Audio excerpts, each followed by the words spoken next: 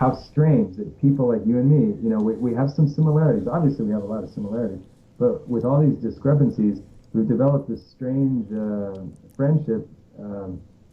And it's not even clear to me how different we are ideologically or in terms of like left and right, in terms of metaphysics and materialism. It's not really evident to me how far off we are, but it is evident that we're not clones of each other.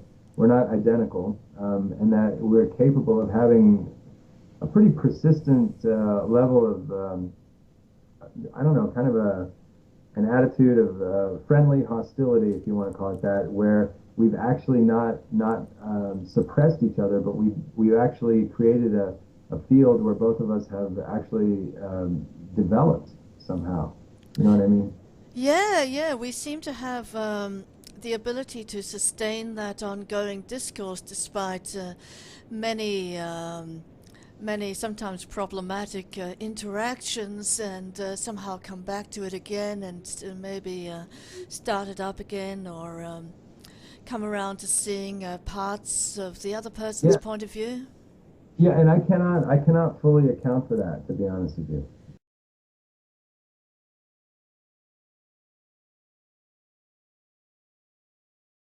But I find it interesting that I can never tell how much we agree on and what we don't agree on. I know that some of your, let's say, your favorite philosophers or your favorite, or maybe your ideological preferences or your leanings are definitely not what mine are. I mean, I'll be honest, I'm kind of a right-wing person, and I don't think you've recently described yourself that way. Um, but then again, maybe in some ways we're more similar than we think. I don't know.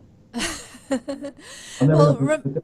Well, What's interesting is that coming from what you might call technically enemy positions, mm, we haven't really suppressed each other. We've almost like given fertilizers to each other. yeah, yeah. So that's I, true.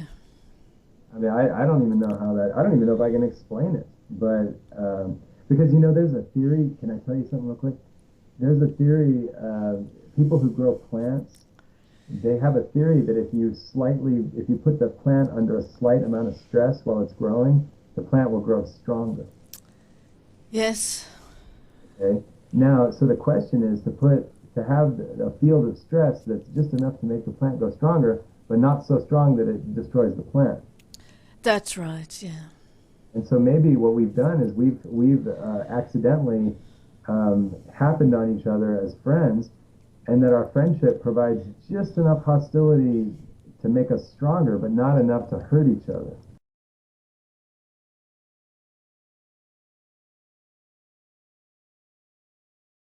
It's an excellent analysis.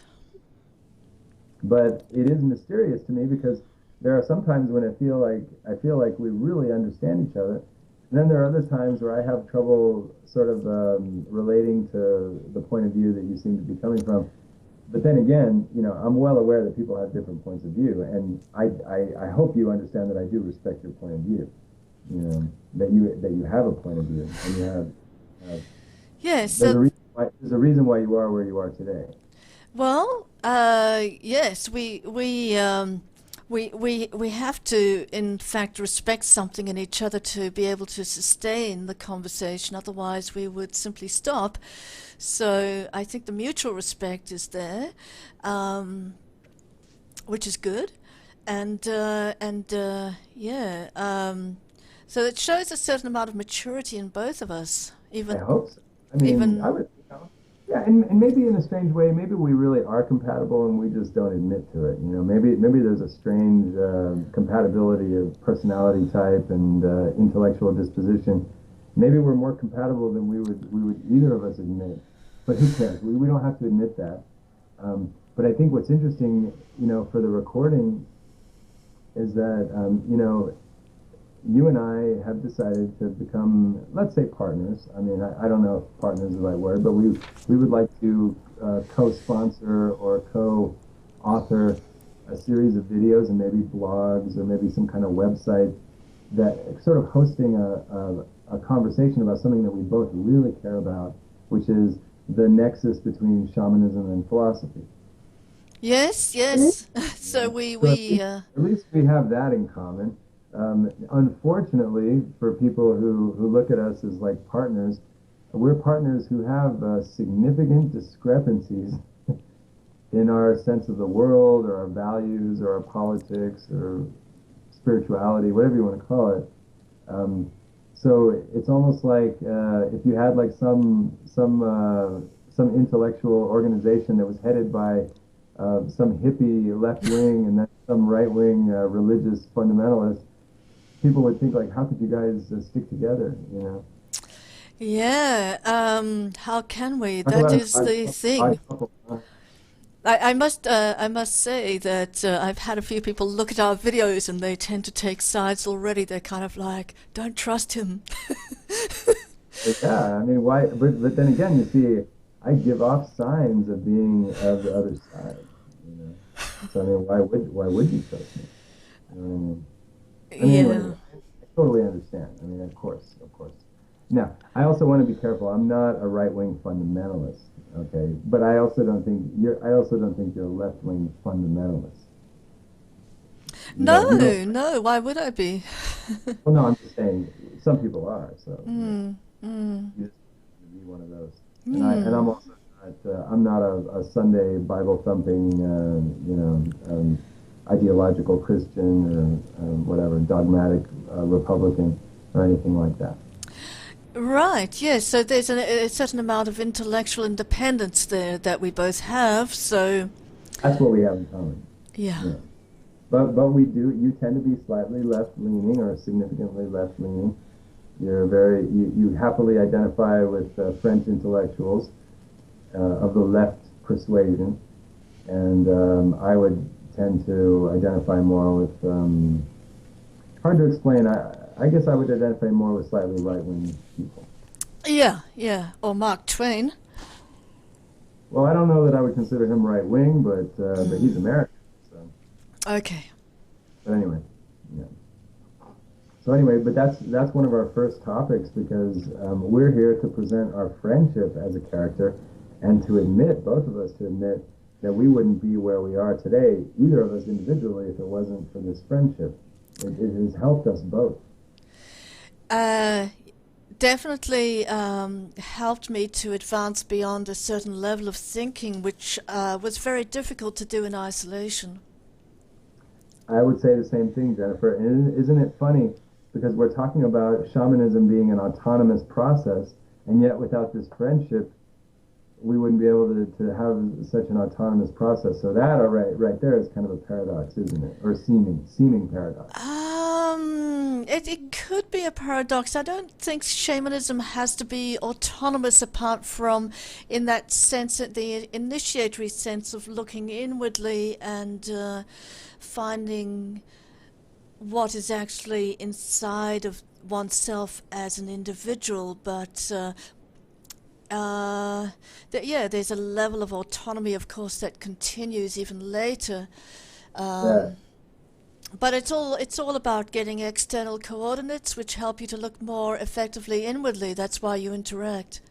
Yeah, and also just like that analogy of the people that raise plants, and they feel that by putting the plants under stress, they're making the plants stronger. You know, maybe in a weird way, a certain amount of therapeutic hostility actually breeds a stronger core strength in each person.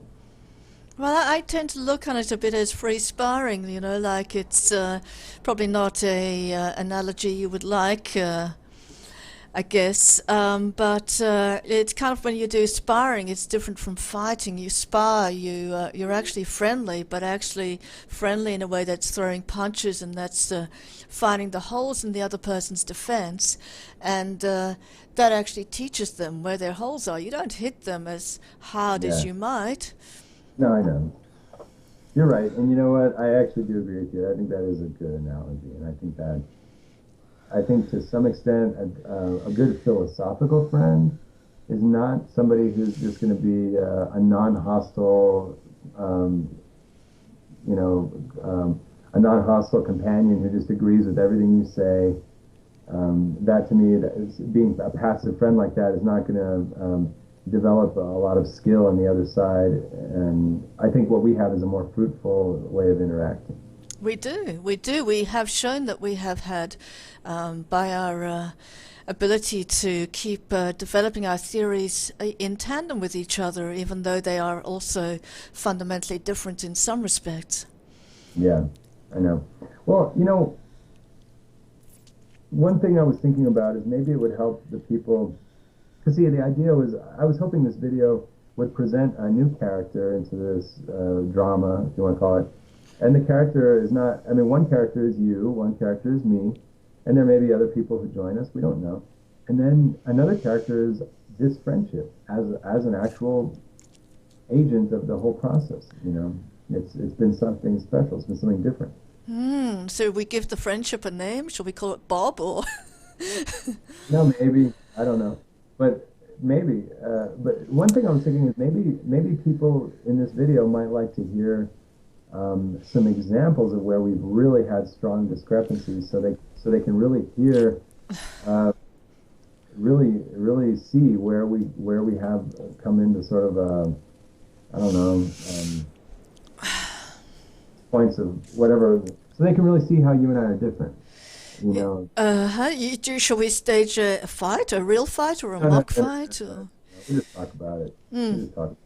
But what I was thinking is that the three areas that I see as the big ones are the metaphysics versus materialism, or immanence, this thing that we talk about sometimes, which, that's one area. The other one is the discussions we've had about witchcraft, and then there's a third that let me see, I know I have it here, just give me a second. Oh yeah, the feminine, the masculine, and then the left and the right. So we Well, no, disagree about everything.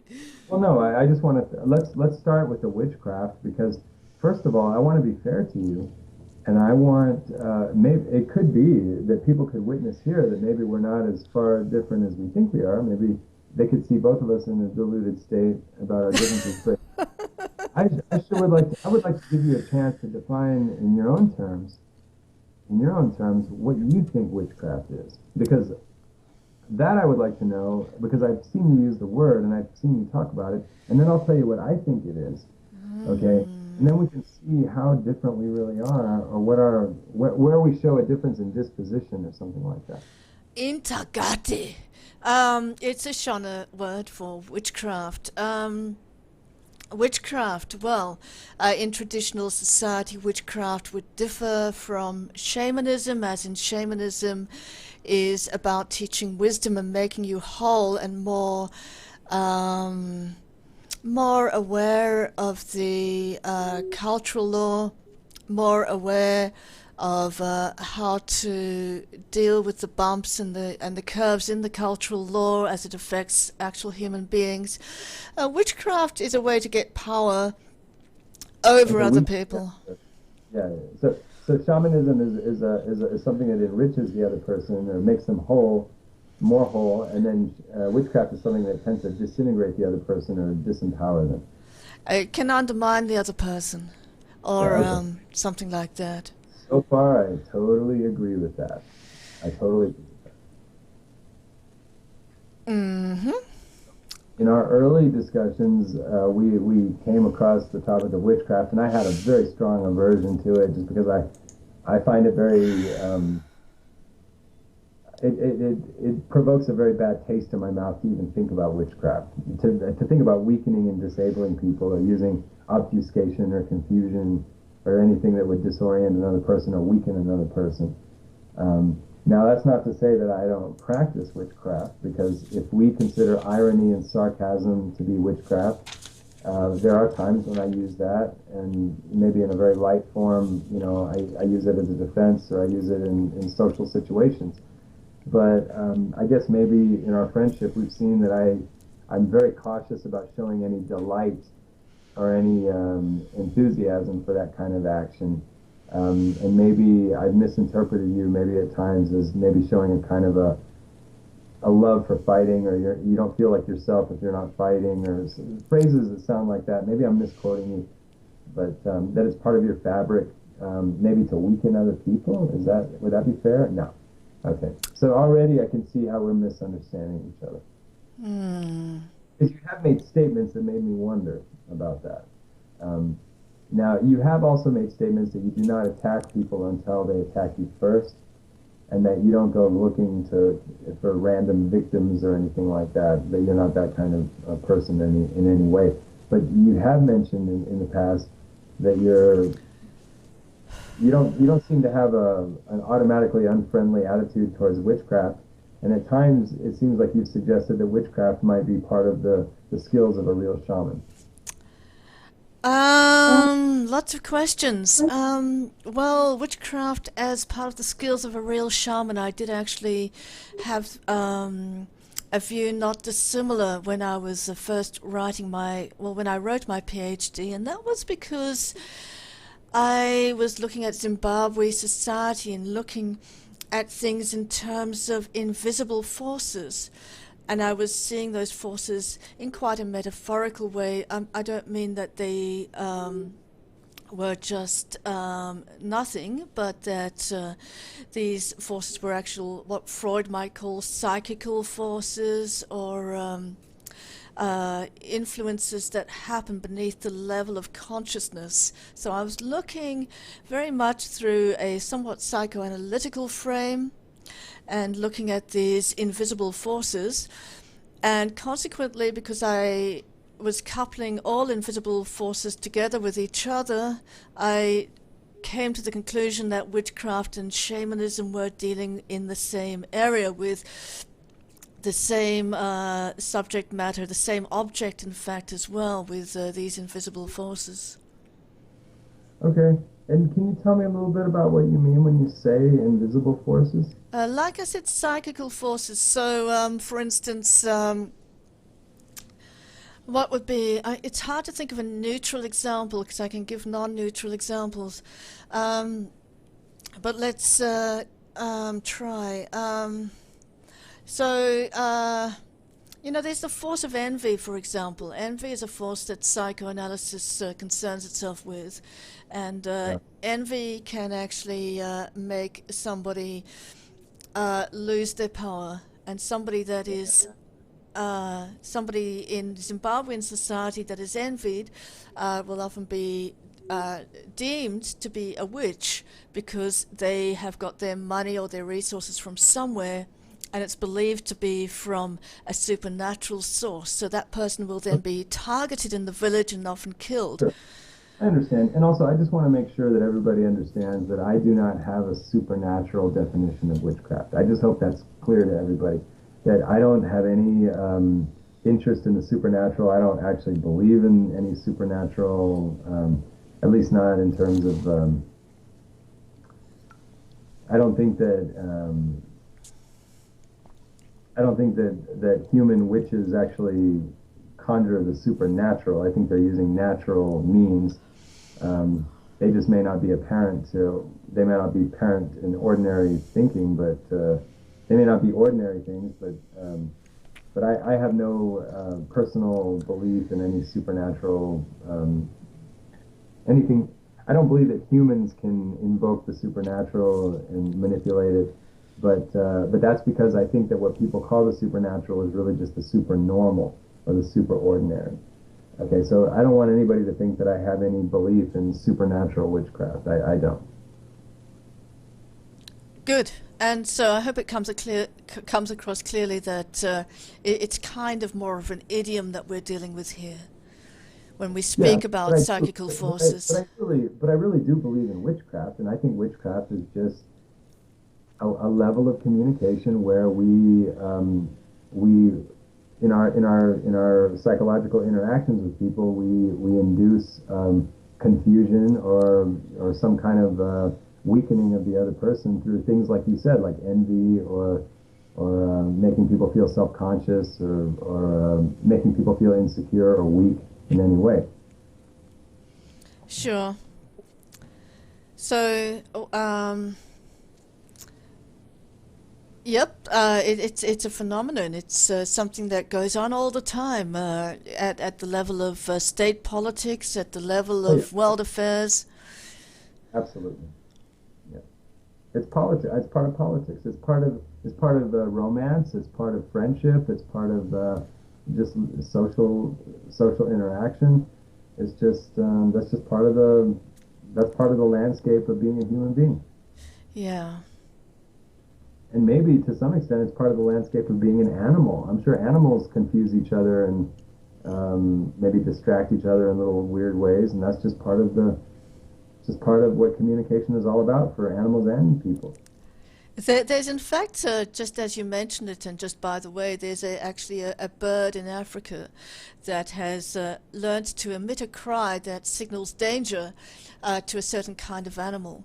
And when these animals hear this bird emit its cry, they run away and burrow into their holes, and then the bird goes And and the birds steals their did that. food. Yeah.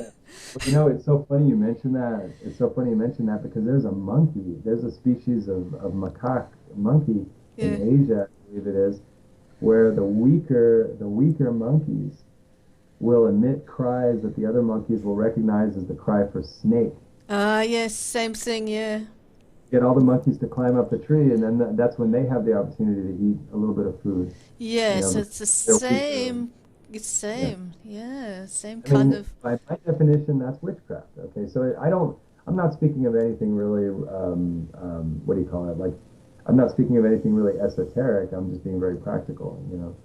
But in any case, so we both understand that this is all part of the spectrum of the human communication. Now, I will admit, when I first met Jennifer, I was maybe a little more righteous and a little more pure in my sense of morality, and maybe I had kind of maybe an immature, unrealistic sense of what a good person should be like, and I maybe had maybe more of a taboo about witchcraft, and really kind of maybe I was maybe excessively averse to it, and I think after having been friends with Jennifer, I'm not in love with witchcraft. I'm not proud of it. I don't think it's the most flattering. It's not something that I'm like most proud of, but it is part of human communication, and I think that a reasonable person has to learn to be somewhat adept at it, Yeah. and to defend oneself from it too, or maybe to make oneself not so to make oneself more immune to it. you know.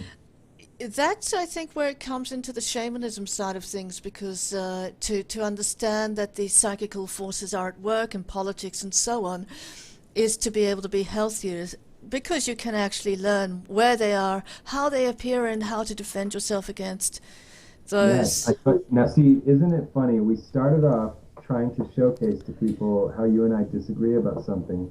And in this case, we've just demonstrated that you and I actually kind of agree on something. Yep. So let's have a different. Yeah, talk Let's about something something else. else. Yeah, I know, but what's interesting about it is that I don't know that we necessarily agreed on this when we first started talking a year ago.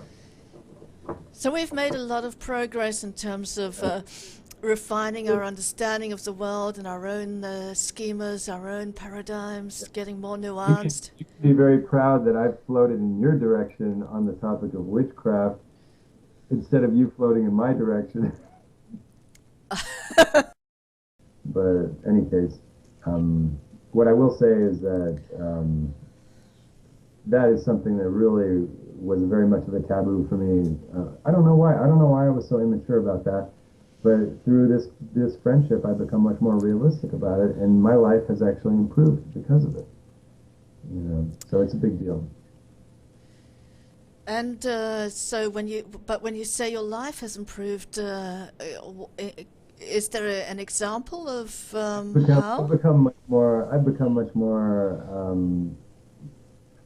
more confident and much more realistic about social interactions. Like I used to take very strong offense when people would get really sarcastic or when people would tell little white lies or be slightly manipulative. Now, when I see people being manipulative or I see people being sarcastic, to me, I just see it as just ordinary maneuver of human interaction, and I just participate. I just play the game now instead of being so astonished. Oh my God, I saw some witchcraft. Oh, now I just play. You know.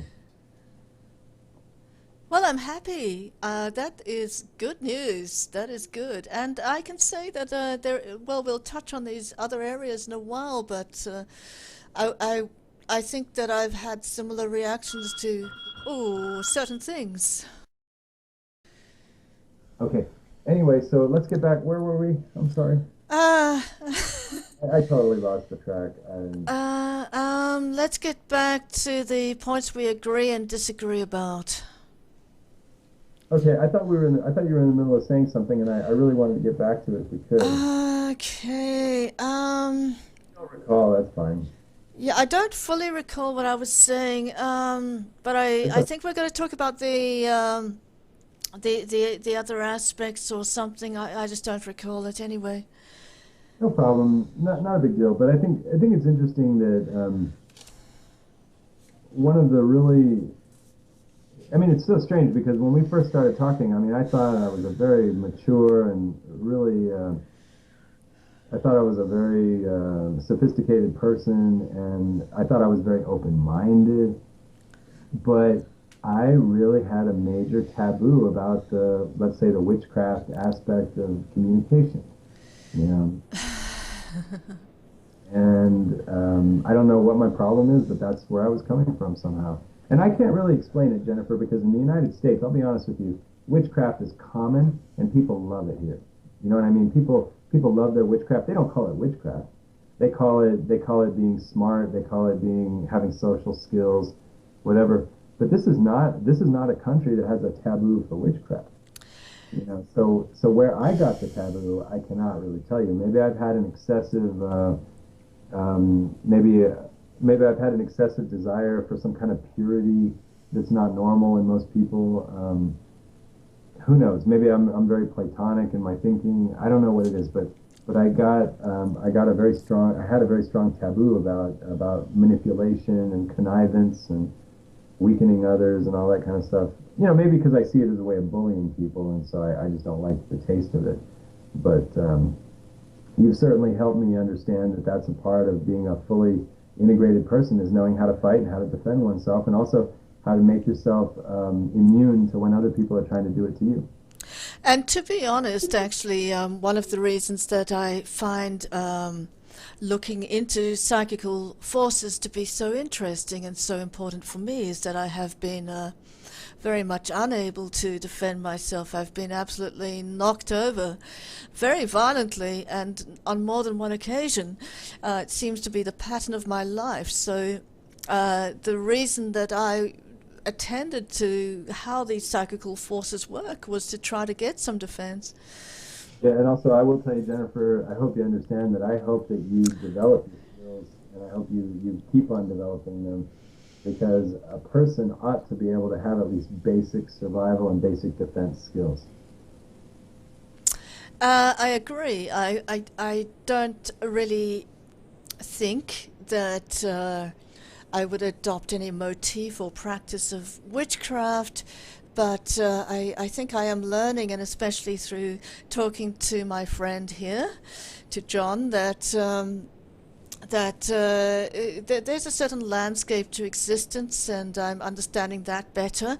And if you can actually understand it, that's a long way to that goes a long way to actually being able to not end up falling down some ravine or in some place you don't want to be. Yeah, and if anything, you know what? It just gives us more capacity and more skill, so that we can just be that much more versatile as we live our lives. It's not any more complicated or esoteric than that. Well, it's a bit esoteric, but not in. It doesn't have to be seen as something all that mysterious. Yeah. It's esoteric in that it's not common knowledge. Okay, if that's how you define esoteric, but some people will define esoteric as something supernatural. And so I have to be very careful. I want to be careful because I don't want any confusion when I say You know what I mean? I want to be real careful not to ever give off the wrong impression that maybe I believe in hidden forces. And when I say hidden, I mean beyond even nature. Okay? Now, hidden can mean two things. Hidden can mean it's beyond the conventional thought, it's beyond the ordinary, but it's still within nature. But some people would say that's beyond nature. And that's when I'm not part of the conversation anymore because No. I don't see things beyond nature. I think we do need to be very clear that this kind of shamanism that we're talking about has nothing to do with any kind of notion of supernatural forces or something that is so mysterious it's going to kind of do something to you that natural forces could never do. But you know, I want to say that even our favorite atheist, Mr. Freud, he was such a big fan of the unconscious, you know. And of course, I'm not going to say I don't believe in any unconscious, but I think the way that Freud used the unconscious, he was talking about an invisible governor. You know what I mean? To make people feel like puppets of an invisible master. And I Sure. think in a psychoanalytic fashion, he was creating a supernatural creature. I agree. I think so. I mean, that's a good point. I think that, I mean, I know that this way of speaking that not going to use now will be considered to be, well, maybe a little bit offensive or something, but that kind You of, want to say something anti-Semitic?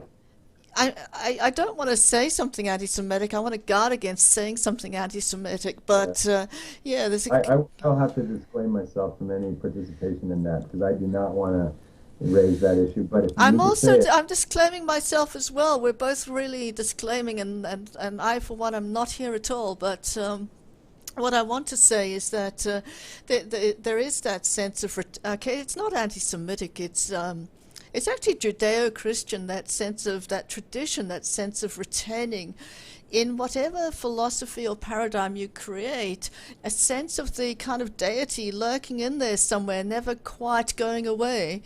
And I I have to tell you, and it's not just a Jewish or Christian thing. I think it's a human tendency. I think you'll see it in humans all around the world, maybe even Chinese people, even Koreans.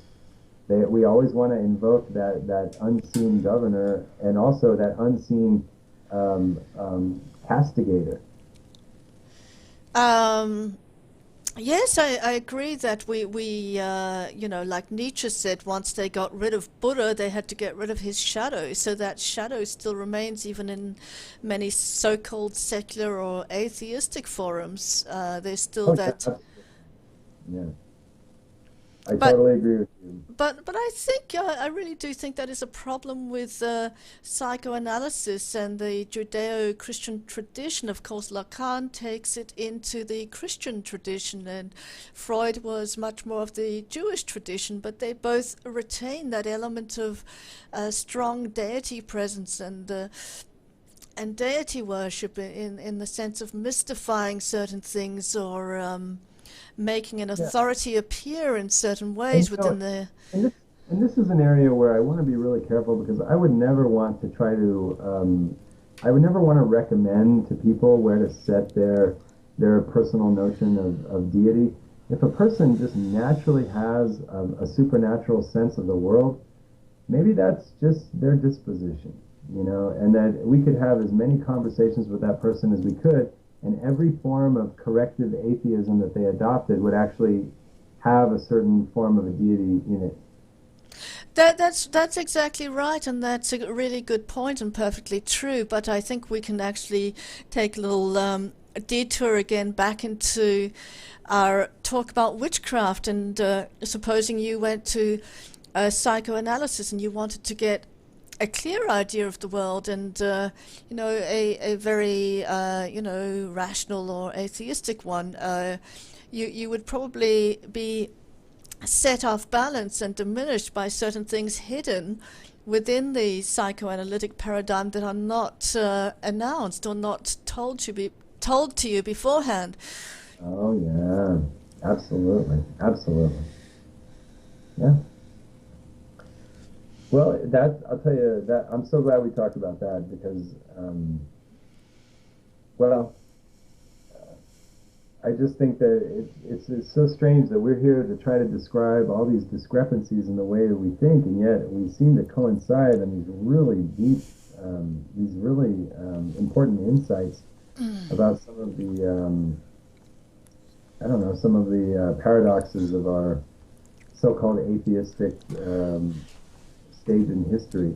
Yes, we have been speaking for a while, so we Well, but actually, I was hoping maybe what we've just talked about would lead into that next area where supposedly we have this big discrepancy, yeah. which is the area of the metaphysical and how you and I had defined the metaphysical in different ways, and so it's not really clear how much we disagree because your definition of metaphysical is not mine, and if I think The that I see that, term, the terminology metaphysical. yeah, Yeah.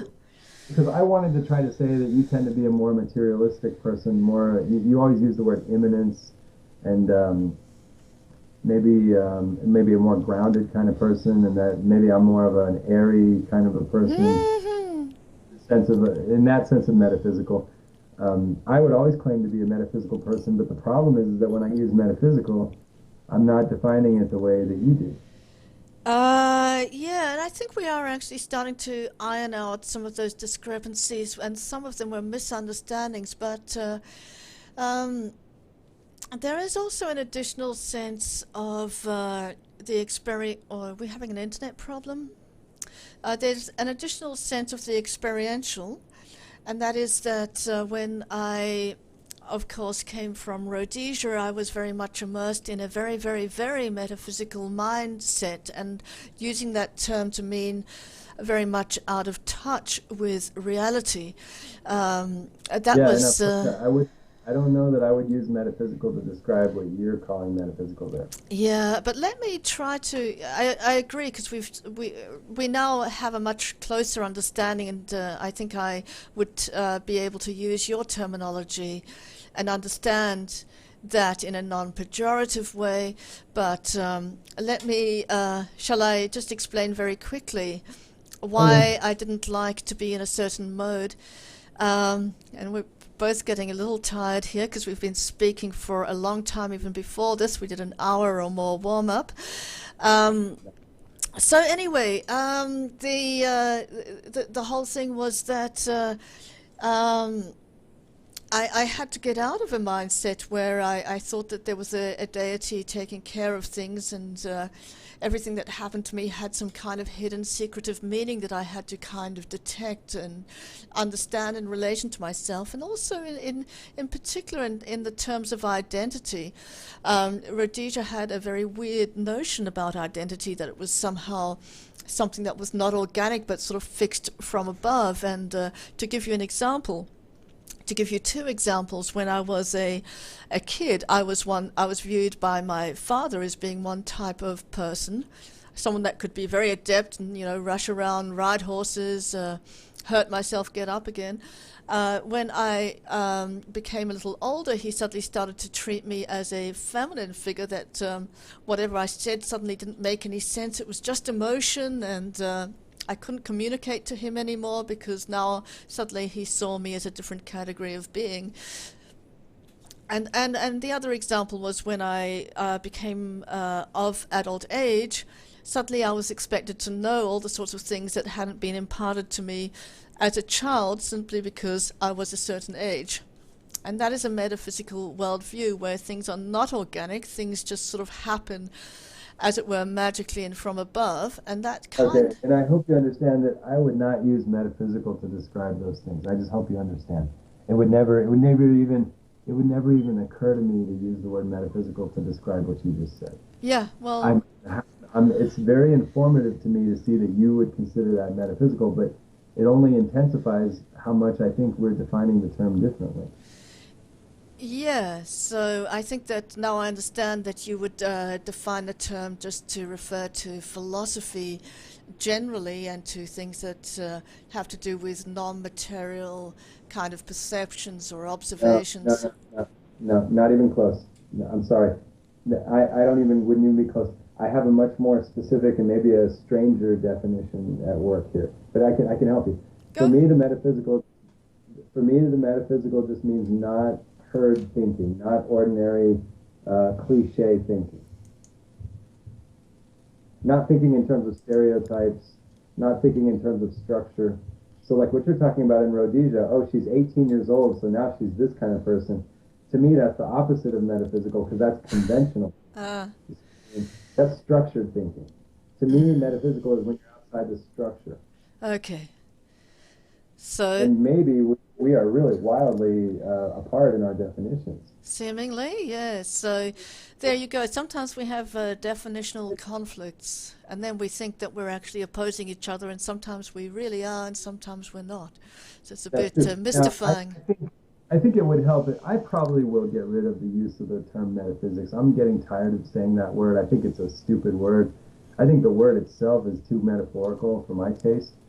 I'm going to start using the word meta-normal or meta-conventional. Mm. Okay. So I'm really talking about getting outside of structured thought. Okay. And seeing outside of, now I'm not an enemy of structured thought. I have structured thought, but I think it's important to be versatile in and out of structured thought. Okay. So to me, metaphysical just means not bound by structure, not bound or guided by structured thinking. Sure. Okay, so That's all it means to me. Nothing magical, nothing supernatural, nothing unseen or anything. It just means not being bound by structured social thinking is really what it means. yeah, okay. Now the It means reason, non-dogmatic thinking. yeah, now just that That's I all. can see what you're saying there, and I understand what you're saying there, and I hope I don't forget it because I might, but we'll try. Um, Well, I repeat it for you every time, but it's okay. I mean, yeah, you just keep telling me again and again, it will yeah, sink in. Um, but and now I've made you go, okay. no, no, it's all good. Okay, so,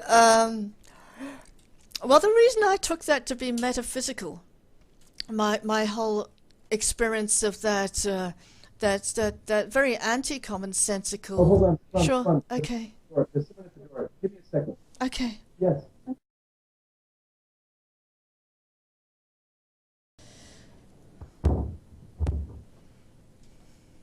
Okay. All right. So that's Okie dokie, okay.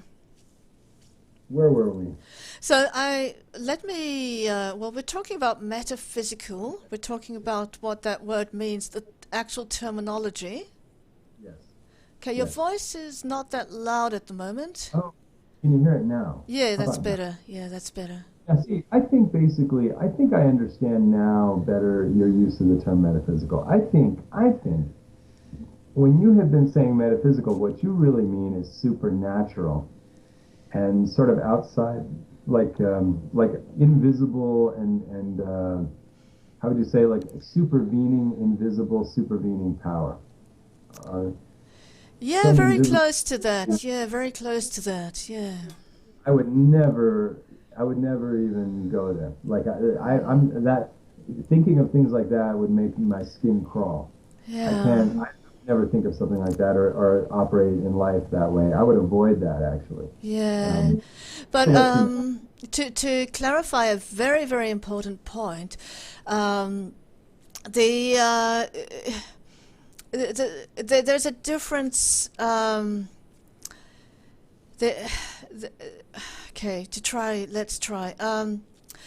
The internalization of the supernatural can actually not necessarily require a belief system that is Oh, I know. very kind of overt or pronounced. It just You can happens to even, you. of course, you can actually deny the supernatural. You can deny the supernatural, but you can incorporate the supernatural into your new atheistic system without realizing. Yeah. So as in my case, I was kind of infected by the supernatural because I was brought up in Rhodesia. Um, and I really did need to have a more organic perspective, maybe not more materialist in the sort of in the narrow philosophical sense, but I did need to have a more organic perspective, and And in order to become healthy. yeah, and in a funny way, I have to admit to you, Jennifer, I have to admit to you that in a funny way, I've actually had to do the same thing. Okay, that my what I call metaphysical is actually for other people a very atheistic, very earthy, kind of prosaic way of thinking. But Hmm. that was also my rehabilitation from other issues that I had. I was raised in the United States, which is a very religious country. You see what I mean? I do. Now, and I personally believe that the kind of capitalism that we have in the United States is a religion. All right, it has all the markings of a religion. It has all the features of a religion. And I think our culture, even though it's very mercantile and very hedonistic, I think it's actually a religious environment because it has the features of religion. Yep, Okay, I think that makes sense. but then again, I think Plato would have said that Athens had a very religious environment because when he talked about doxa, doxa, orthodoxy, that was his way of talking about the kind of anti-shamanic religion, if you want to call it that. Sure. So in that sense, we're very Platonic in this sense. But again, people have this way of reading Plato as being himself metaphysical in the way that we don't want to think about, because people just somehow can't conceive of Plato as the prosaic Plato. They want to see him as beyond the stars and forms beyond the universe and this kind of esoteric Plato. But I see Plato as very earthy and very plain and ordinary. Yeah, okay. So that's a very important point, and I do sense within you a strong organic realism, which I think is what's been very, very useful to me, to find somebody that can function on that level and to talk to such a person, because that is a huge part of what I'm trying to get in tune with, which Oh, is yeah. necessary for me. Now, of course, Jennifer. Now, this doesn't mean that I don't have my demons. Okay, I have. Mm, Okay, I have paranoid features of thought. I have parts of my mind that can conjure very paranoid worry about if I'll get caught doing this, or if something bad will happen to me if I do this, or if I'm calling some terrible vengeance, for making some moral decision. These are I think echoes of my upbringing, and they're just kind of like ghosts, if you want to call it that, phantoms, that my mind can produce those, and I have to kind of either ignore them or sort of work with them or deal with them or just whatever, and yeah. tolerate. Yeah, But we we oh, we all have echoes of our upbringing, and one of the worst features of mine is the extreme authoritarianism. So a certain kind of muted authoritarianism is actually something I like and enjoy, where things are laid out clearly. I know what I'm responsible for, and so on. Um, guys, I hate to tell you, I have exactly the same thing. uh, I function better when I feel like everything is almost in a military yeah, logistics, you yeah. know, So that's what I need, in fact, in order where to everybody has function. a specific role. There's no ambiguity anywhere. That's comfort for me. That is for me as well, exactly. But then there's a certain kind of there, there's an internet problem. There's a certain kind of more extreme authoritarianism that sometimes is something I encounter, or even I think I'm encountering it, and maybe I'm not. I mean, someone comes up to me and says, "What you're doing isn't good. You got a complaint." They're not speaking to me directly. For one, they're not giving me clear instructions, and and for another, they seem to be doing some kind of witchcraft. They seem to be employing a very extreme form of not telling me something, which I read as an extreme form of authoritarianism, and that just totally sends me for a loop. Okay, okay. First of all, I really enjoy this conversation, Jennifer, because now I'm really understanding some astounding commonalities that we have. Something in the way we've been talking to each other has given us the impression, maybe because of the way we use terminology, we've had this impression of a kind of an antagonism or a divergence of experience, but actually, I have a very similar experience to what you described. Even though I was not born in a country like yours, um, I have a natural preference for, I don't want to say authoritarian. I don't like that word authoritarian, but I do have a preference for a certain level of structure that other people do not have a preference for. Okay, a certain structure where everybody has their roles. Your job description is simple. There's no ambiguity as to what people's responsibilities are. I really prefer living in a very structured, maybe even almost military environment. I've always been that way. Yeah, I'm not really sure what got recorded last time I spoke, but that is just what I really need as well in order to function, to have things very, very clear and apparent to me, and to know exactly what's expected of me, and not to have people seeming to play games by mincing their words or hedging around the issue just to be direct and to say exactly what is pass grade, what's fail grade, and all those kinds of things. Otherwise, it becomes a very difficult situation, and they seem to be adopting a mode of authoritarianism that seems quite extreme when they don't speak directly, because then they're hiding they're kind of hiding their weapons or hiding what they have. And that seems more I think extreme. yeah, it's so weird how similar we are in that area, and I guess I'm just astonished that in our earlier communications we somehow failed to communicate how similar we really felt about these, and we were really suffering under the weight of a major terminology crisis, and that might have been the main problem we were having.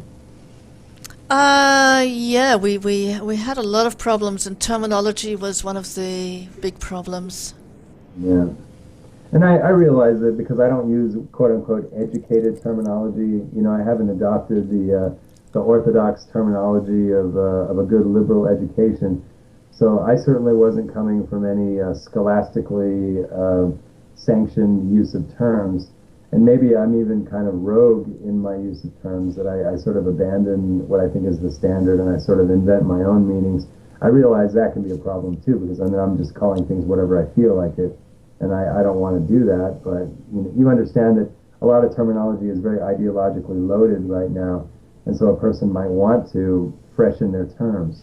Yeah, I think that's one of the good things that you've brought to our discussion and our various debates, is that that sense of needing to freshen your terms and have much clearer notions of what it is we're talking about, and not using these terms that other people would automatically view in a mistaken light.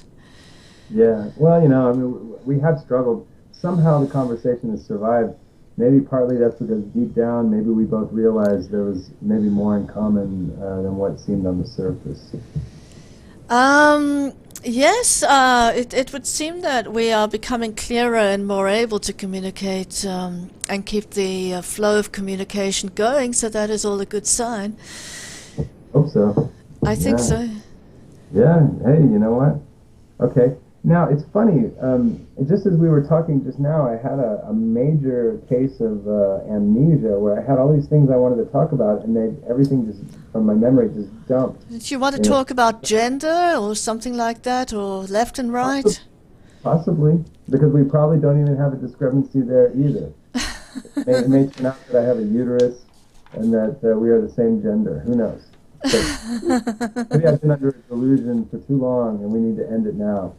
We don't Yeah, have a okay. gender discrepancy. Could it possibly be? So, do you want me to divulge my gender? Well, I'm not going to force you to do that. I'd like to be. Okay. No, well, what did you want to talk about in relation to gender? Did you want to talk about philosophical gender or some Why other don't you kind go of gender? ahead, why don't you go ahead and lead the discussion on gender? Because I'll be honest with you, I don't have much. I don't have much of a stake in any gender discourse. I mean, I know that there's been a very activist form of left wing, I guess left wing. What do you call it? Theory? Can we call it theory? Critical theory, where there's been this idea of sort of reevaluating all of history to see the gender biases and humiliation of women and whatever. But I think you would be much better at describing this business and maybe Mm. raising the whole. I mean, I personally don't feel a big stake in it because number one, it's not that I feel like I'm a privileged gender, because whether my gender is privileged or not, I have never been myself a privileged person. Mm. You see. So I've never been able to benefit from any of these supposed gender advantages. So I don't really feel like the whether males or females become more on equal par wouldn't really affect me anyway because I feel like I'm already at a disadvantage for other reasons. Yeah. It's See what I to mean? me I feel too like in some respects. In some respects, yeah. I get, but if you want to talk about it, I mean, I think it's a fascinating subject. So if you want to, Yeah. then maybe we can I talk about guess I have two things to say, just two things to raise. One that I've already raised in the video earlier, which was that when I began to look slightly more mature, and I wasn't really into full puberty, but I began to look more that way. My You father mean suddenly you're began to talking about treat. like Sorry? when you were, you mean when you were in your teens, like 15 years old or something like Oh, that? when I was, no, it was like, let's say maybe 13 or maybe Okay. it's something like that. Then at that Okay. age, Yeah, I know what you mean. yeah, at that age, my father suddenly began to treat me like I was like not really all that real. Like I was like he had this ideology about hormones, and he's sort of like, well, now you're not really a person, you're just kind of a thing, and if you say something, I'm not going to treat it with anything but suspicion, as if it were Yeah. some emotion that didn't have any direct relationship to anything Yeah. real. And of course, I mean, first of all, can I say I'm really sorry that happened. I personally, I, I hope you don't see me on that side of the right wing spectrum. Like I don't Mm. in these categories like that. I would be really offended by something like that, even if I was just watching it. You Yeah, know. I think from the earlier stages that we actually communicated, I got the sense that you had a much healthier idea of gender than probably any philosopher type I'd met, and I put that down to your readings, your having read Plato and maybe having internalized something from him about gender, perhaps. Well, it's so funny you mentioned that because when I read things like Plato or when I read the Bible or any of the ancient texts, I really don't find any big gender problems. Mm-hmm. I don't perceive them. But then again, I think maybe part of this is just some people have just a more congenital disposition to not really looking at people in stereotypical manner. I mean, like, look, if I'm sitting in a restaurant with a black person, I'm always aware that it's a black person. I don't think he's Chinese or I don't think he's white. I can always tell what people are. I can tell if someone's Italian or if someone's Spanish, whatever. But it's not like I take that so seriously that it affects that I start to see them as like a cardboard creature. They're still a person. I'm still listening to their ideas. I'm still trying to communicate. You know what I Mm. mean? So maybe I've never really been much of a, you might say, a bigot in that sense. But people have called me a bigot. People have Mm. called me a bigot because I'm also not in denial of the fact that I'm with a black person or that I'm sitting here talking to a female. Or maybe the person I'm talking to is a 78-year-old female or something, and she's Mm. elderly too, on top of that. And I'm not in denial that she's elderly, and I can notice that maybe she hesitates when she speaks, or she has the evidence of maybe a mild stroke, and I can tell that she's not as keen as maybe somebody who's younger. And I'm not a bigot because I just observed that. Somebody might call me a bigot. Oh, you're assuming she's stupid because she's old. No, I'm not assuming. I'm actually observing that she's stupid. Whatever. But So people there's might this, yeah. people take me to be bigoted, but really, I just read things as I see them. There is the attitude of political correctness, and I've never subscribed to that. I think that when people criticize feminism these days, they're really criticizing that aspect of I understand. overwrought correctness. It's kind of like a super dogmatic corrective form of non-judgmentalism or something, and I can't even relate to it because yeah, I'm just a realist. I just take things as they are. You know, Right. if I So, see somebody who's fat, they're fat. Okay. I mean, okay. I might be polite in how I talk to them, but in my mind, I'm like, here's a 400-pound fat person. So Yeah, what? yeah, yeah, yeah. And I'm So, not assuming anything about them. I mean, the guy he might live to be 90 years old, and he might not never get diabetes. I don't know. But the bottom line is, I see a fat person. You know, yeah, yeah, I'm yeah. no different. I'm no different than a pathologist. If I had a cadaver sitting on the table and I had to describe it, I would say, here's a Caucasian, okay, who's slightly balding, looks to weigh about 400 pounds, obese, 6'2", whatever. I mean, I'm just making the measurements. I'm not saying anything. I'm not drawing any conclusions. I'm just describing the terrain, Or like say, if I drive to the western part of the United States and I say, well, this is a desert, somebody would be like, well, why are you calling it a desert? Isn't that judgmental? It's like, well, maybe it is. I don't know. I see a desert. Well, I don't see anything. I don't like to see the difference in anything. It's like, okay, well, then don't see the difference. I see a desert. You know. Yes, okay. So I think that's These are common not sense, value. and They're not value judgments. It's just noticing the terrain. It's I just think, noticing. yeah, I think common sense has been very much has been attacked very much this past couple of decades, and it's not doing any kind of real gender relations any good, and it's not actually. I think that kind of attitude doesn't actually help any kind of I know. feminism in the But, sense but of. the thing is, but I think this goes back to what we were saying about people who think that they're becoming atheists just because they say that they're atheists, and just because they say they don't believe in the supernatural, but their natural disposition to the supernatural leaks in to their new atheistic framework. And so when people try to have this more open-minded approach, their inclination towards dogmatism leaks into their new non-judgmental frame, and so things haven't really changed. You know what I mean? Like people can't really rehabilitate their normal dogmatic predisposition. So then you get dogmatic non-judgmentalism, if that's what you want to call it. You Yeah, know? you get a kind of madness that is not really deep thinking, but it seems some people will avoid anything to Right. do any rather than do Uh, deep thinking. But my point is that it's just good old-fashioned superficiality. Good Yeah. old-fashioned superficiality. Superficiality has always been that way. And in any time in history, the superficial people will always seem maddeningly ridiculous in the way they think, and yet that's just how they think. I agree. Yeah, I do agree, and uh, I think that the current state of gender relations suffers very much from the inability for people to internalize the real feminist critique or, Oh yeah, other kinds of critiques. I understand. But then also remember that, for a lot of people that are naturally just not bigoted people, okay, these wouldn't even be problems to begin with, you know? I mean, I want to use an example of a population of people that really do not have as many problems, I don't think, with this. I want to talk about airline pilots because I know something about that group of people. Now, you may know that in the last 30 years, a lot of women have been coming into the airline industry in the capacity of pilots.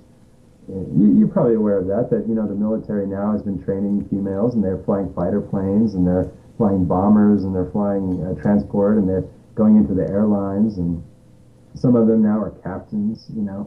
And of course, in the beginning, there was a little bit of discomfort, because it was sort of something unusual. But pilots, they tend to be pretty educated, officer caliber, pretty competent people. And after an initial, maybe a couple of years where, some of the old timers didn't like it, after just a few years, I think the airline pilot business, the airline pilot community really has just adjusted very, very easily to this. Because I mean, the only thing that matters in the flight deck of an aircraft is whether people can do their job. You know, if you Yeah. have reasonably open-minded, reasonably intelligent, realistic people, who cares? You know, Well, for that's example, a rational attitude. well, yeah, I mean, why not? And then the other thing too, my father used to be a pathologist, or he's a pathologist, and um, a lot of the other pathologists he worked with happened to be female. You know, And my father never once showed any surprise or any comment. He just treated them as just another person doing the same job. And for some reason, my dad seemed to be very gifted at that. And I noticed that even from a young age. I was even kind of surprised myself because my dad seemed to have an unusual lack of concern for the gender of, whatever. Even as a child, I thought that was kind of strange. I even told my father, oh, so I said, so this doctor here, the female, I said, she does autopsies too, huh? She cuts up dead people too. I go, I have trouble imagining a woman doing that. And my dad says, well, she does the same thing that I do. Just anybody can do it. There's just no, I don't know. I'm just trying to show you that in just very prosaic examples, you can run across people that just don't have a lot of bigotry in their way of thinking, just because maybe it's just a disposition. Yeah, well, then that's very good, and I welcome that. But nowadays, that seems, in some respects, to be going backwards. That some people are actually, well, even from like the late '60s, people are going backwards in their sense of what gender means, and it's Oh quite yeah. disturbing. Well, but here I think we reach a point where in the study of shamanism, we have to really be serious about the shamanic potential of different individuals, okay? Because if a person has a real disposition towards a superficial way of thinking, we have to ask ourselves very seriously if we can really, quote unquote, convert that person to somehow, rise above that level of thinking, the herd thinking, the strong stereotypical structured thinking, like what you described your dad telling you when you were, becoming a woman. And we have to wonder if a person is very strongly disposed to that hemisphere of thought, how realistic it is to sort of rehabilitate that person or create a transformative exercise for that person. I don't know because I think a lot of people when they adopt a new quote unquote ideology that's supposed to be more open-minded and more healthy, a lot of times what they do is they import the bigotry into the new open-minded framework. And Yeah, then and usually that's called political correctness. yeah, I agree. We've agreed on that. But in the specific instance of my father, actually, it would have been very easy to convert him if somebody had come to him and said, "Hey, what you're doing, how you're treating Jennifer is actually totally inappropriate and even malicious, or it's just really criminal." Um, Well, yeah, I think they would have he being an authoritarian would have stopped doing it that way. uh, only because an authority had told him so. Exactly so, yeah. So you are saying that it is possible to have an engineering of authoritarian structures to create a more equitable outcome for the public. I've always believed so, and I've always had that You're as probably part of right. my Okay. hope, actually. Jennifer, you're probably right. I've always resisted that because I hate using more dogma to correct bad dogma, but you're probably right. I mean, we can probably engineer dogmatic systems to be more livable, if you want to call it that. And I actually, reluctantly, I actually agree with you. I never thought I would agree with something like that because I'm so opposed to any kind of dogmatic structuring. But if we're going to have a civilization, we probably have to engineer our dogma just like we have to engineer our water systems. Um, Well, everything, I mean, the original idea that women were unequal from men and that they should not have power or very little power had to do with the dogma. That was a yeah, dogma, so. and I always wanted to hope. And see, this is again where I'm so naive. I always wanted to hope that people would rise above dogma, but in reality, for most people, they're not going to really rise above dogma because even if they tried to, they would just import their dogma into the new open-mindedness. So what we have to also look at is re-engineering dogmatic systems to be more peaceable. I think we do need to look at what authorities are actually telling people, either directly or through a wink of the eye, and actually look at what they're instructing people to do. Yeah, the problem is now is that in the area of dogma, you're getting into people's very personal values, and people will very strongly resist having people trying to influence a change in their dogmatic system, especially if they don't perceive those people to be friendly. You know, if they perceive the engineers of dogma to be some alien group, they're going to be very hostile to those changes. Yes, unfortunately, that will be the case, and I don't really have any answers to that. If they are people that are hostile to treating women equally to men, then I think they are probably not very nice people. Oh yeah. But you know what, Jennifer? But you just inspired me because I think that maybe let's say if there are some activists out there that feel like they want to improve the dogmas regarding certain gender issues or regarding, the treatment of homosexuals or whatever, maybe what they should do instead of trying to slander the bigots or the bigot categories, like for example in the United States we have something like kind of what you would call the bogans in Australia. We have the rednecks and the hillbillies in the United States. And we sort of stereotype these people as being backwards and having very bad morals. But instead of trying to stereotype them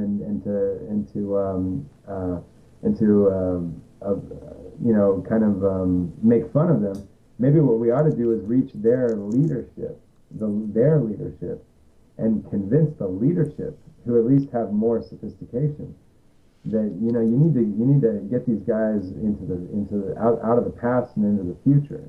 Because what we're doing now is we have these very antagonistic we sort of stereotype the bad people, the backward wife beating bully, whatever. We're kind of creating a sort of enemy caste as opposed to trying to reach the leadership of those groups. But I think that's also because in politics we can never escape the dynamic that there has to be two sides. There has to be a good side and a bad side. There has to be an enemy, and we don't all want to be one group. You know what I mean? So I think it's very helpful to have camps and turf and enemy gangs and enemy parties or whatever. But what you said was very interesting because you said that your dad would have improved. Oh, definitely. I'm Had it come certain. from the top down. I'm certain he would have snapped out of that. You pour a bucket of water on his head, he would have, from Yeah. above, and he would have snapped out of that.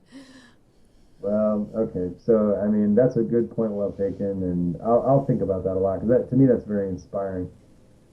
But okay, well, I guess we don't disagree as much as we thought we did. It's weird how the way we use words, we can get into very strong disagreements, and I'm almost wondering whether I want to. I don't even know if we're going to address the issue of left versus right because I think I can already tell that I'm probably not as right wing as, but if we were to calibrate our definitions, I'm probably not right wing, too very, very right wing, even by your definition. But the problem is that with the left and the right, it turns out that I don't worship businesses and I don't worship corporations and I don't worship banks, but I regard banks as just as important as a water system or a road system. Or, if we're going to have a civilization, there has to be a structure for transactions, for transacting money. That's how you pay for things. That's how you make arrangements. That's how you sustain the flow of goods in a system where you have to pave roads and you have to build houses and you have to make peanut butter and you have to slaughter animals and get the meat to the stores, and you have to have cleaning supplies and sponges and mops and brooms and all these products. For us to have a civilization, we have to have a system where you can transact cash, and so banking is just another utility, Sure. for that civilization. So I'm not an enemy. The idea of being an enemy of the banking system or the enemy of the large corporations, I find that to be a very, I hate to say it, I find that to be another form of dogmatic bigotry. Sure. To clarify the matter, I'm not a cultural leftist either, by any means, because I wasn't brought up one reason is I wasn't brought up in a modern democratic society even. and I Yeah. didn't internalize any cultural leftism. I'm not thinking on that level. I'm from a developing country, and originally, and their ideas that certain kind of institutions are evil or something like that, it doesn't gel very well with me. I don't think that leftism is sort of organic nature, or to No, me. it's never been organic nature. I know that. I know that. Leftism has always been modernist. It's always been about, it's always had technology incorporated into it, but it's been very hostile towards things like private property and very hostile towards things like entrepreneurial individualism, things like that, Um, or I competitive. can't, yeah, I can't comment very deeply on that as I'm not a cultural leftist. Yeah. So I don't, and I'm not in America where this kind of debate is probably even more intensified than it would be in Australia. So Right. there are more extremes in America. But of course, I want to be very careful, because I'm not an enemy of banking. I'm not an enemy of corporations or businesses or business people. But that does not mean that I worship these things. You understand? So it's also not a chauvinism, or it's not a kind of a bizarre patriotism where I almost like I regard these things as almost like supernatural entities. Um, I think that I look at corporations and banks in a very realistic fashion, just like the water utilities, just like the electrical utilities, and they can be corrupt and they can be abusive. I'm aware of that. And whenever you have power, whenever you have any kind of power, you have the ability to exploit people who don't have as much power. So I'm very clear about that. I'm not deluded, and I don't think that just because it's a corporation, it's just automatically just this divine, highly virtuous entity. It can be it's like any tool. It can be a great danger. It can be a great assistance for us. Yes, Yeah. exactly. So I fully agree with you. Let's just be realistic and not attach these kinds of good and evil values Oh to yeah, institutions as such. absolutely. So I'm not sure if I'm really right wing then, because I mean, I guess I could be called right wing because I do believe somewhat in some of the. Got to be careful. I don't necessarily subscribe to all of the market theories that have been out there, because I think some of the market theories are ideological, and I think they are counter Marxism, like they're counters to Marxism in a way, and they're sort of running as competitor ideologies, and so I'm really careful. I don't want to be too how would you say? I don't want to be too orthodox about my economics. I don't want to have any kind of dogmatic economics, but I do think that there is something to me very authentic about some level of mercantile trading that is part of the human civilized form. I You know. don't have any real trouble with it as such. What I have trouble with is the uh, the fact that the commons no longer exist, that people are in a situation where we are being controlled by people that have more money and more power than we do. Now I can help you. Now maybe I'm not a right wing then, because this is what I think. Okay, I think that the mercantile aspect of human existence is a portion of our existence, but it's not a totality. Okay. Now, where I depart from the right wing economists, the right wing economists want to say that everything humans do exists within an economic system. Okay. Now, see, I don't agree with that. I think the Uh, economic system can be a part, the mercantile system. Hey, what's going on?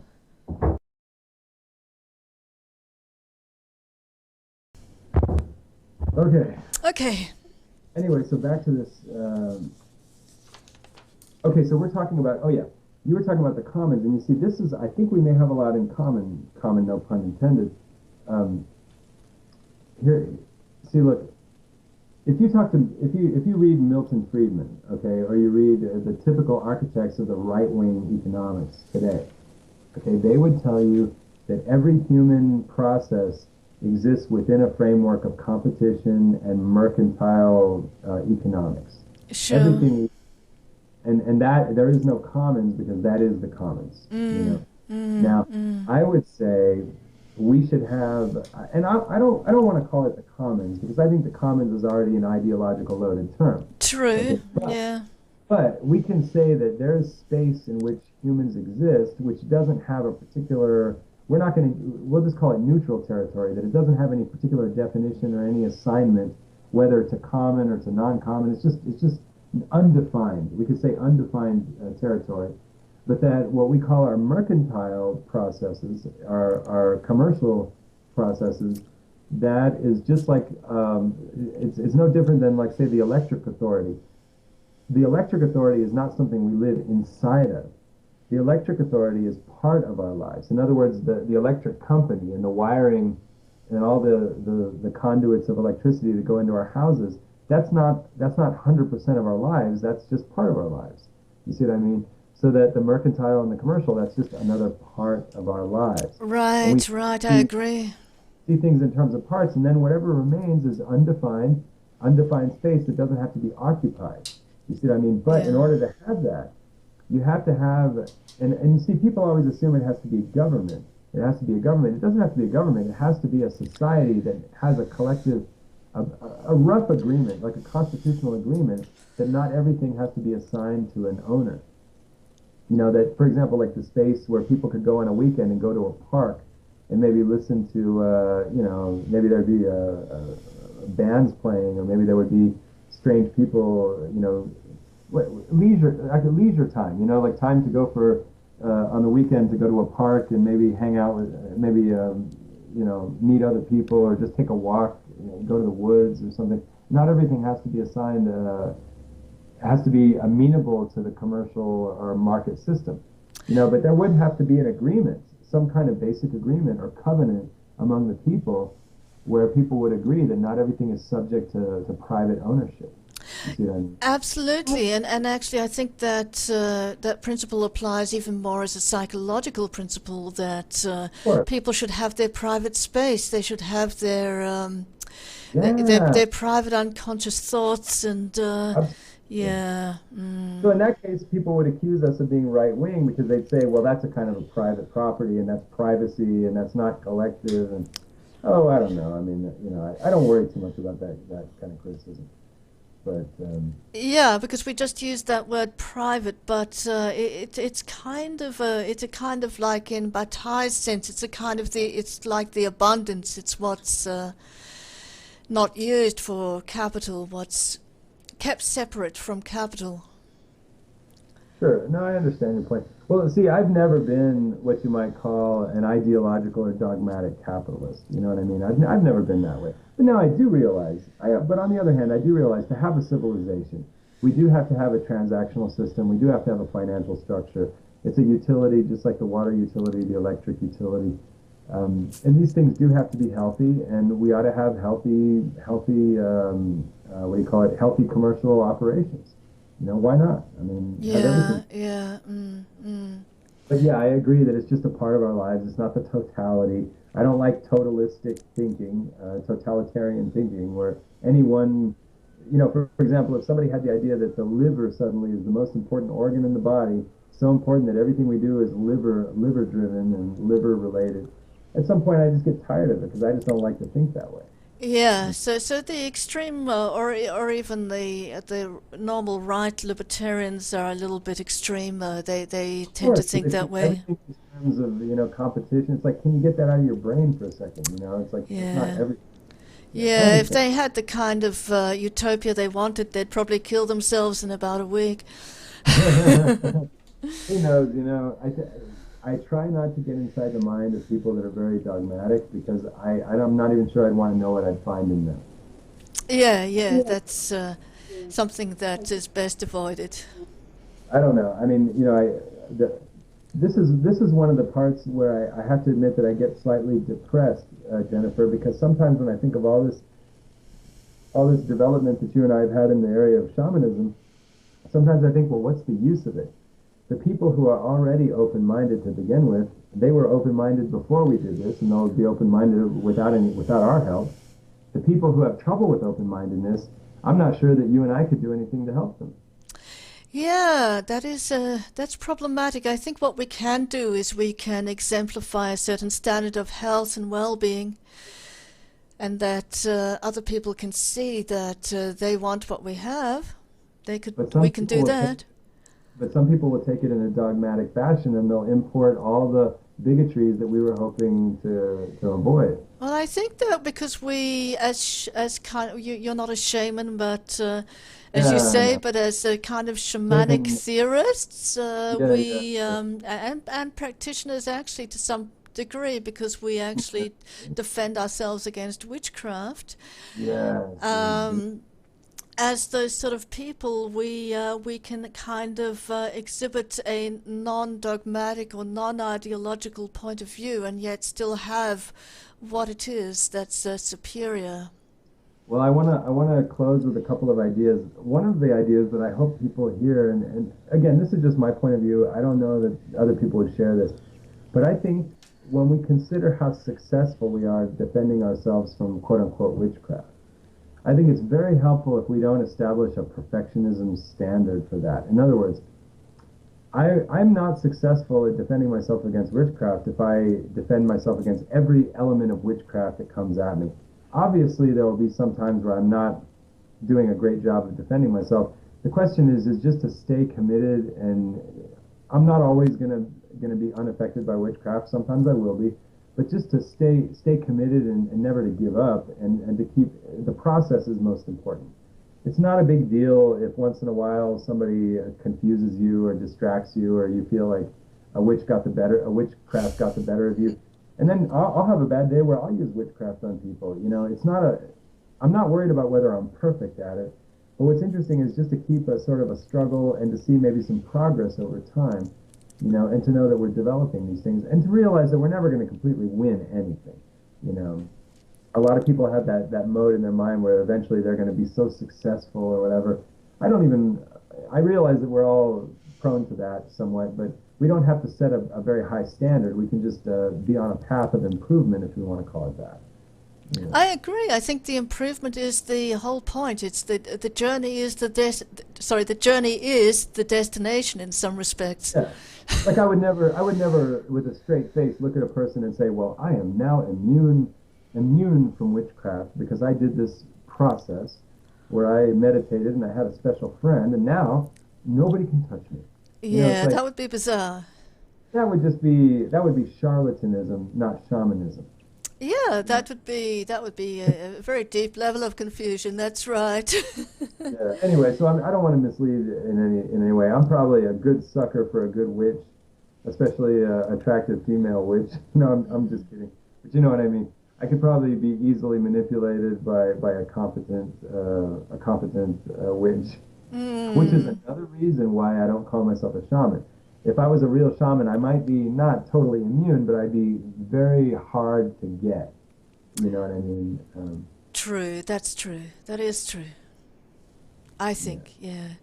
I think a real shaman could go to Las Vegas and he could have 20 very attractive women put all their weaponry, all their sexual weaponry on him, and he would just somehow, I don't know how, would be completely immune. But that for me is not even in the realm of possibility. Possibility, okay. I don't know about that. I'm a little more modest, Jennifer. Hmm. I see. I see. Okay. Um, well, I think that's interesting, and I'm sure you'll find out many interesting things about yourself along the way uh, as you make your adventures, hopefully away from Las Vegas. Hey, don't Um, say that. I might want away I from. might want to incorporate Las Vegas as part of my program. You might indeed, and then we'll have to hear the voluptuous Sure, reports.